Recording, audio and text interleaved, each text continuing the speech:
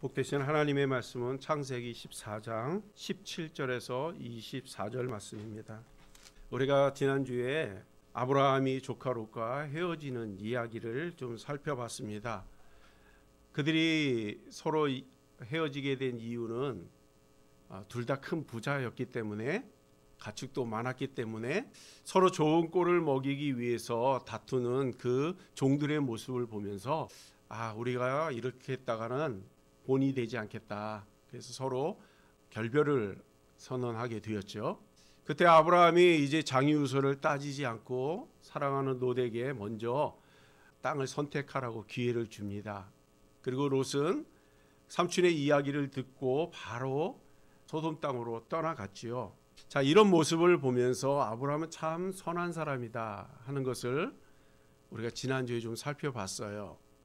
그런데 아브라함을 이렇게 쭉 보면 이 부분만 선한 게 아니라 많은 부분에 있어서 참 선한 사람이다라는 것을 발견할 수가 있습니다.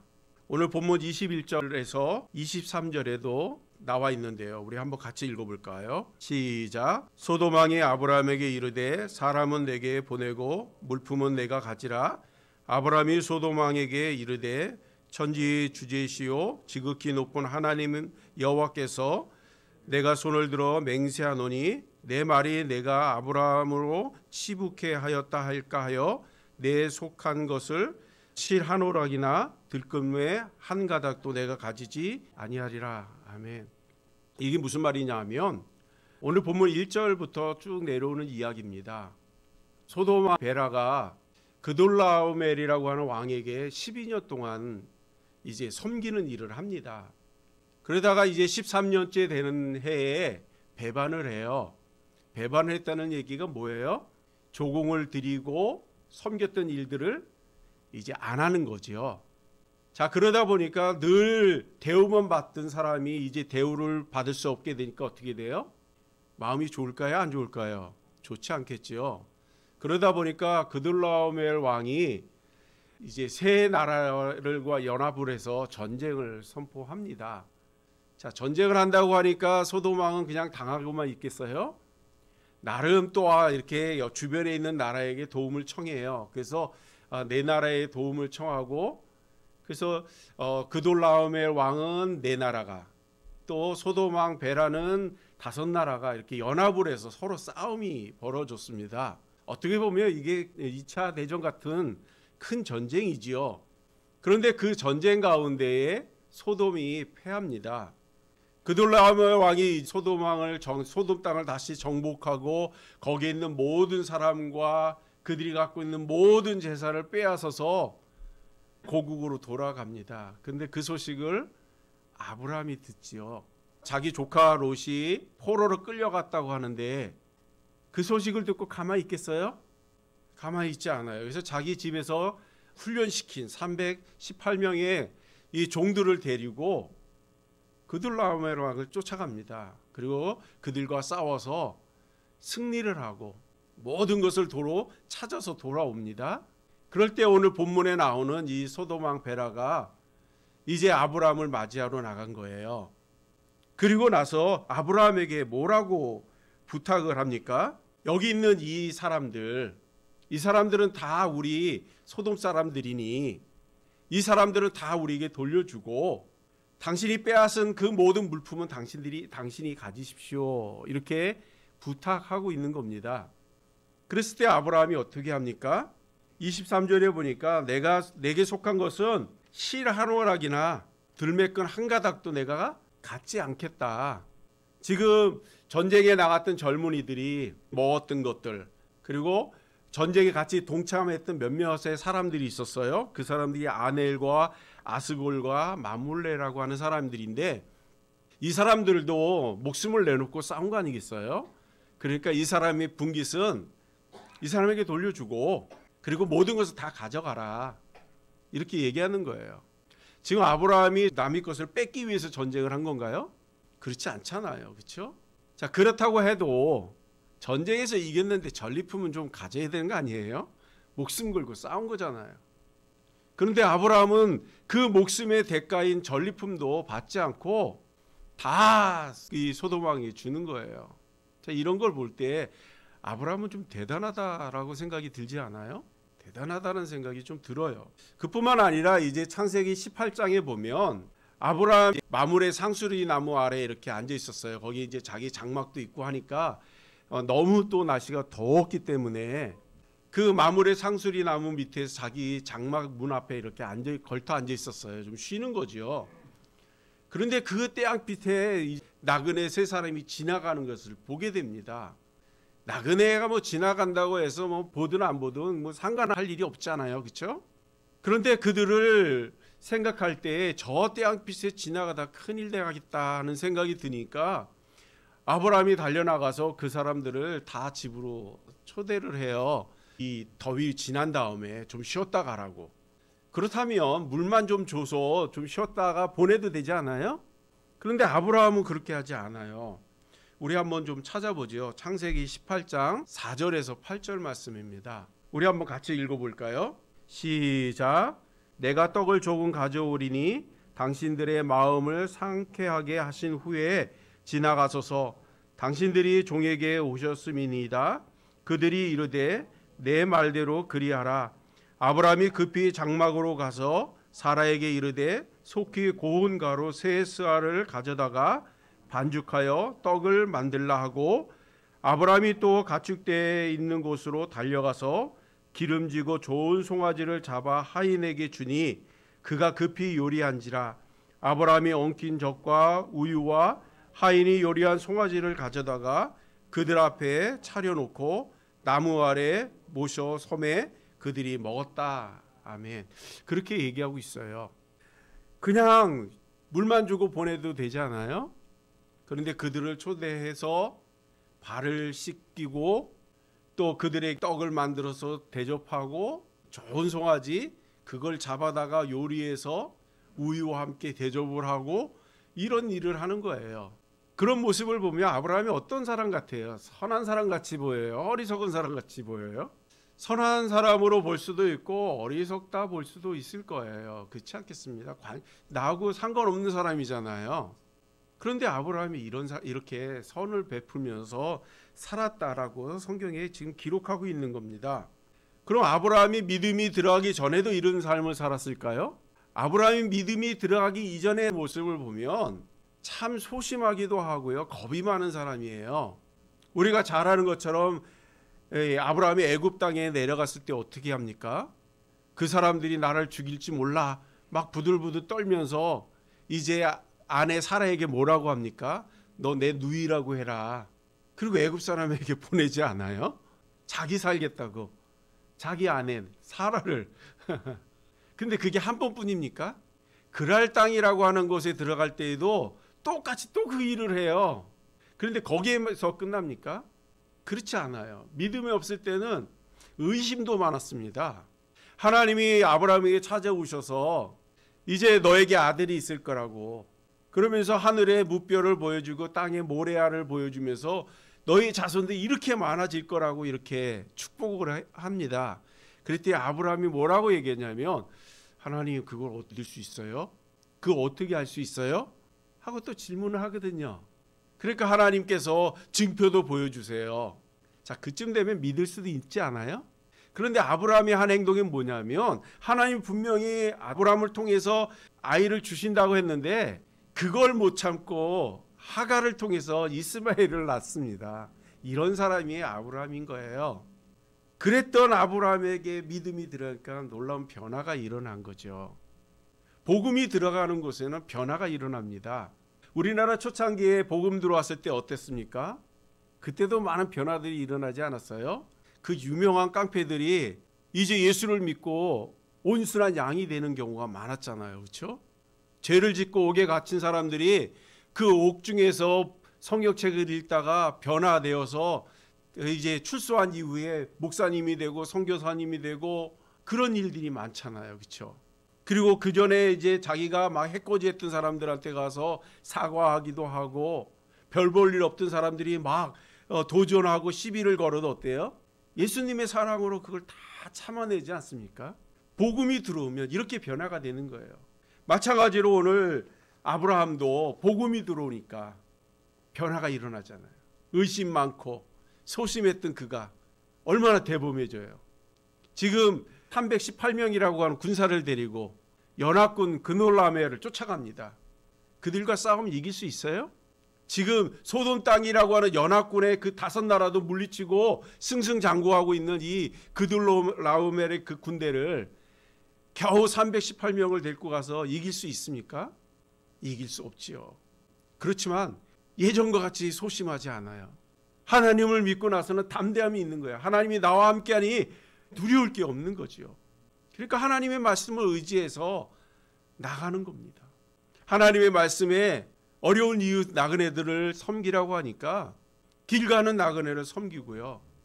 지금 포로로 끌려가는 소돔 땅을 보면서 불쌍하고 민망하게 여겨 하나님의 말씀에 의거하여 그들을 도우라 하니까 나가서 돕는 거예요.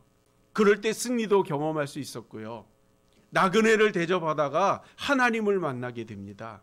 나그네 3사람 중에 한 사람이 하나님이었거든요. 사랑하는 여러분, 우리도 하나님의 말씀에 늘 순종하는 그런 저와 여러분이 되시기를 소망합니다. 그럴 때 우리도 모르게 하나님을 만나는 영광을 맛보게 될 줄로 압니다. 마태복음 25장 34절에서 39절에 보니까요, 다음과 같이 기록되어 있습니다. 그때의 임금이 그 오른편에 있는 자들에게 이르되 내 아버지께 복을 받을 자들이여 나와 창세로부터 너희를 위하여 예비된 나라를 상속받으라. 내가 줄일 때에 너희가 먹을 것을 주었고 목마를 때에 마시게 하였고 나그네 되었을 때에 영접하였고 헐벗을 때에 옷을 입혔고 병들었을 때에 돌아보았고 옥에 갇혔을 때에 와서 보았느니라 하면서 임금님이 그 사람은 의롭다 칭하고 칭찬을 아끼지 않는 것을 보게 됩니다. 그럴 때 이 의인이라고 하는 사람이 뭐라고 합니까? 내가 언제 그런 일들을 했습니까? 이렇게 얘기하죠. 그럴 때 임금님이 뭐라고 얘기해요? 40절에 보니까요, 임금이 대답하여 이르되 내가 진실로 너희에게 이르노니 너희가 여기 내 형제 중 지극히 작은 자 하나에게 한 것이 곧 내게 한 것이다. 이렇게 얘기를 합니다. 자, 임금님이 이렇게 대답할 수 있었던 이유가 뭘까요? 그것은 이 사람이 하나님의 말씀에 의거해서 힘들고 어렵고 가난한 이들을 돕는 것들을 계속 지켜봤다는 거 아니겠어요? 지켜보지도 않고 굶주린 자를 먹인 것을 어떻게 알 수 있으며 목마른 자에게 물을 주고 병든 자를 돌아보고 옥에 갇힌 사람을 돌아보고 이랬던 것을 어떻게 알 수 있겠어요? 그렇지 않겠어요? 임금님이 그걸 알았다는 것은 그 사람이 이렇게 보니까 계속 그런 일들을 했다는 거예요. 누구에게 보이려고 하는 것이 아니라 하나님이 주신 은혜 안에서 그렇게 사는 거예요. 그것이 임금님 눈에 보였다는 거지요. 그럴 때 그애가 칭찬을 받듯이 우리도 예수 그리스도의 은혜 안에서 주님이 말씀하신 그 본분을 따라 순종하는 은혜가 있기를 소망합니다. 누가 보든 안 보든 그게 중요하지 않아요. 그냥 하나님의 말씀이기 때문에 순종하는 겁니다. 왜냐하면 우리는 믿음의 사람이잖아요. 하나님의 말씀을 따르겠다고 고백한 사람들이잖아요. 그런데 가끔 우리는 어때요? 사람들을 너무 많이 의식을 합니다. 사람 있을 때는 가난한 이웃들을 섬기는 것 같이 보이기도 하고요. 또 구제도 하는 것 같이 보이기도 하고요. 누구를 돕는 것 같이 하다가 사람이 없으면 어떻게 됩니까? 아유, 나도 힘든데, 나도 어려운데 돌아보지 않잖아요. 그런데 누가 볼까요? 그렇죠, 하나님이 보세요. 아무도 안 보는 것 같지만 하나님은 보고 계시다는 거예요. 그래서 우리 속담에 그런 것도 있잖아요. 낱말은 새가 듣고 반말은 쥐가 듣는다고. 아무도 없는 줄 알았는데 누군가는 듣고 있었다는 거예요. 그게 마태복음의 이야기 아닙니까? 우리는 누가 보든 보지 않든 우리 하나님이 주신 은혜 안에서 아브라함과 같이 늘 순종하며 살아가는 은혜가 있기를 소망합니다. 그럴 때 하나님께서 우리에게 더 큰 은혜와 사랑을 베풀어 주시지 않겠습니까? 오늘 본문에 보니까 살렘 왕 멜기세덱이 아브라함에게 달려 나왔다는 거예요. 빈손으로 나온 것도 아니고요. 포도주와 떡을 들고 나와서 아브라함을 축복했다고 오늘 기록하고 있습니다. 아브라함은 하나님의 말씀에 의거해서 소돔 땅을 구하고 조카 롯을 구하고 하나님의 말씀을 순종해서 하나님이 네가 어디로 가든지 내가 함께한다는 그 믿음을 가지고 나가 싸울 때에 승리하고 돌아오지 않아요? 그런데 그 소식을 듣고 멜기세덱이라고 하는 사람이 달려나가서 아브라함을 축복하는 거예요. 우리 19절 한번 같이 읽어볼까요? 19절 같이 읽겠습니다. 시작. 그가 아브라함에게 축복하여 이르되 천지의 주제시오 지극히 높으신 하나님이여 아브라함에게 복을 주옵소서. 아멘. 자, 여기서 살렘이라고 하는 나라는요, 예루살렘을 이야기합니다. 예루살렘은 평화라는 뜻이 있어요. 그러니까 예루살렘 그러면 평화의 나라인 거죠. 그 나라의 왕 멜기세덱인데요. 멜기세덱이란 뜻은 의의 왕이란 뜻입니다. 그러니까 예루살렘은 의로운 왕이 통치하는 나라겠죠. 그 나라의 왕인 이제 멜기세덱이 아브라함에게 찾아와서 축복을 하는 겁니다. 자, 멜기세덱은 히브리서에도 보니까 히브리 기자는 멜기세덱 왕에 대해서 이렇게 기록을 합니다. 히브리서 7장 1절에서 3절에 보니까요.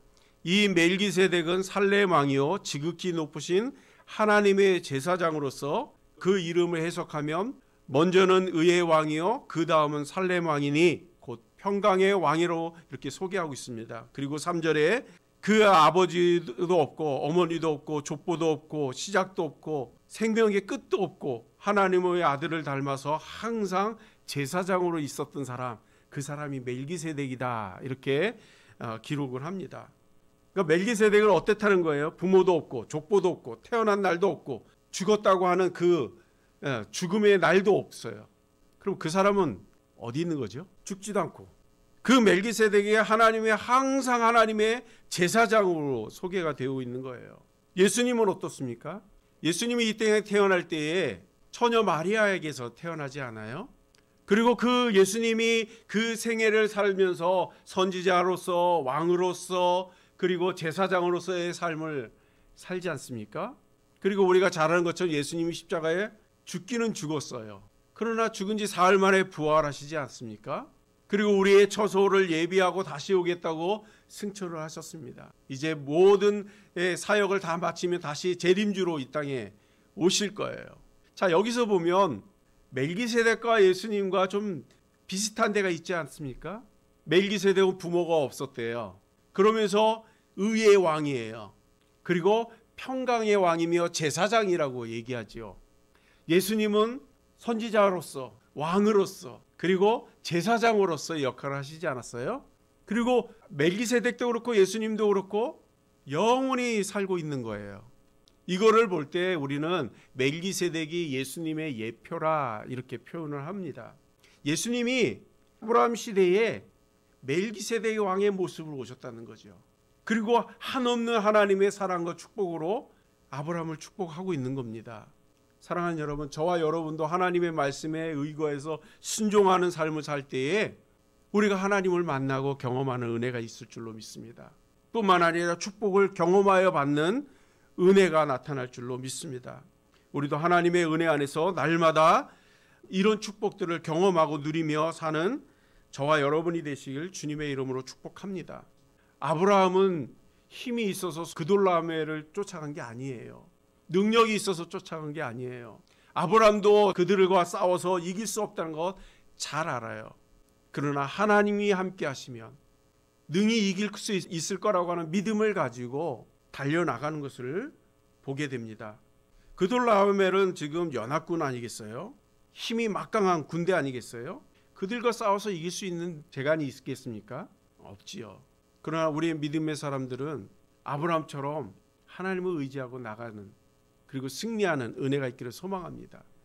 이사야서 41장 10절에서 13절에도 보면 이사야가 이렇게 고백을 합니다. 두려워 말라, 내가 너와 함께함이라. 놀라지 말라, 나는 내 하나님이 됨이니라. 내가 너를 굳세게 하리라. 참으로 너를 도와주리라. 참으로 나의 오른손으로 너를 붙들리라. 보라, 내가 노하던 자들이 수치와 욕을 당할 것이요 너와 다투는 자들이 아무것도 아닌 것 같이 될 것이며 멸망할 것이라. 내가 찾아도 너와 싸우던 자들을 만나지 못할 것이요 너를 치는 자들이 아무것도 아닌 것 같이 허무한 것이 되리니 이는 나 여호와 너의 하나님이 내 오른손을 붙들고 내게 이르기를 두려워 말라, 내가 너를 도울 것이라 하고 말씀하는 것을 보게 됩니다.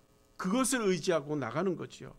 우리가 잘 아는 다윗이 골리앗 앞에 나갈 때 뭐라고 합니까? 너는 나에게 나올 때 칼과 단창으로 나오지만 나는 뭘 가지고 나간대요? 하나님의 능력으로 나간다고 하지 않습니까? 오늘 아브라함이 그런 것 아니겠어요? 다니엘과 세 친구들이 우상 숭배하지 않으면 사자굴로 풀무불로 들어간다 할 때에 그들이 뭐라고 얘기합니까? 우리가 그곳에 들어간다 할지라도 하나님 우리를 도와주실 거라고, 만일 그리하지 않아도 하나님 우리 살려주실 거라고, 그렇게 하나님을 의지하고 나가지 않습니까? 그럴 때 무슨 일이 벌어집니까? 아브라함은 그돌라오메를 이기지요. 또 다윗은 골리앗을 이기지요. 다니엘과 세 친구는요, 멀쩡하게 나오잖아요. 하나님이 함께 하실 때에 우리가 두려워하지 않고 담대하게 하나님의 말씀에 순종하고 나가면 하나님이 우리의 삶을 책임져 주신다는 겁니다. 우리 믿음의 사람들은 이런 멋있는 삶을 살아야 될 거라고 생각이 듭니다. 자, 그러면 사랑하는 여러분, 여러분들은 지금 그렇게 살고 계십니까? 내가 믿음을 갖고 있는 사람인데 지금 아브라함처럼, 다윗처럼, 아니면 다니엘처럼 이렇게 능력 있게 그렇게 살아가고 계십니까? 우리 믿음의 사람들은 우리 믿음의 선배들이 보여준 것처럼 그런 담대함을 가지고 나가시는 은혜가 있기를 소망합니다. 그럴 때 책임을 하나님이 져주시는 거예요. 내가 너희와 항상 함께 한다고 하시지 않습니까? 수고하고 무거운 짐진 자들아 다 내게로 오라, 내가 쉬게 하리라. 우리에게 쉼도 주실 거고요. 두려워하지 말라, 놀라지 말라, 내가 너희의 하나님이 됨이라. 너희를 두렵게 하는 원수들이 어디 있느냐? 다시 볼 수 없도록 만들겠다, 이렇게 말씀하시잖아요. 그러기에 우리가 두려워하지 않고 나가는 겁니다. 담대히 서는 거죠. 우리 하나님의 은혜 안에서 그 믿음을 가지고 나가시는 은혜가 있기를 소망합니다. 믿음이 있기 전에 아브라함의 모습이 우리의 모습이라면 이제 변화된 아브라함의 모습이 우리의 모습이 되어야 되지 않겠습니까? 두려움이 많았던 우리였다면, 소심하고 의심이 많았던 저희들이었다면 이제 하나님의 그 은혜 안에서 변화되는 삶을 살아야 되지 않겠습니까? 우리 날마다 변화되어서 하나님을 만나는 저와 여러분이 되시길 주님의 이름으로 축복합니다. 또 주님이 주신 말씀 잘 순종해서 주변에 있는 이들을 돌아보고 섬기는 일들 잘 감당하시는 은혜가 있기를 소망합니다. 그럴 때 하나님께서 도울 수 있는 힘도 주고 물질도 주는 거 아니겠습니까? 우리가 하지 않으면 하나님이 주시지 않아요. 우리가 하면 주시고요, 꿈꾸면 이루어 주시는 게 하나님이신 거예요. 그러기에 우리의 삶이 나를 중심으로 생각하는 삶에서 하나님을 통해서 이제 계획하고 꿈꿀 수 있는 은혜가 있기를 소망합니다. 그러면 기적이 일어나는 거예요. 종으로 팔려갔던 요셉이 어떻게 애굽이라고 하는 그런 나라의 총리가 될 수 있어요? 한번 상상을 해보세요. 가능한 일입니까? 포로로 끌려간 다니엘이 바벨론의 총리가 되었대요. 가능한 일입니까? 기드온이 기도 한 번 했다고 해와 달이 멈췄대요. 가능한 일입니까? 자기보다도 2배, 3배나 큰 골리앗 앞에서 싸워서 이겼대요. 가능한 일입니까? 다 불가능한 일 아니에요? 그런데 그들이 이루었던 건 뭡니까? 그것은 자기의 힘과 자기의 상황과 자기의 형편을 본 게 아니라 나를 통해서 하나님이 역사하실 걸 기대하고 나갈 때에 그와 같은 일들이 벌어진 겁니다. 우리도 그런 은혜와 그런 믿음을 가지고 앞으로의 삶을 승리의 삶으로 이루는 저와 여러분이 되실 주님의 이름으로 축복합니다. 기도하겠습니다.